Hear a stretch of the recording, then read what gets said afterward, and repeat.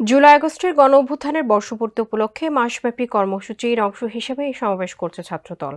বিএনপির ভারপ্রাপ্ত চেয়ারম্যান তারেক রহমান বলেন, আসন্ন জাতীয় সংসদ নির্বাচনে হারানো ভোটের অধিকার পুনঃপ্রতিষ্ঠার বিরাট সুযোগ হয়েছে।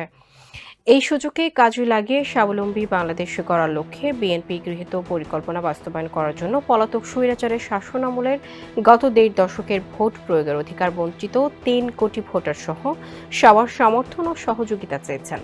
তিনি বলেন, ছাত্রদলের নেতাকর্মী সহ সারা দেশের শিক্ষার্থী ও তরুণ প্রজন্মের কাছে আমার একটি আহ্বান থাকবে।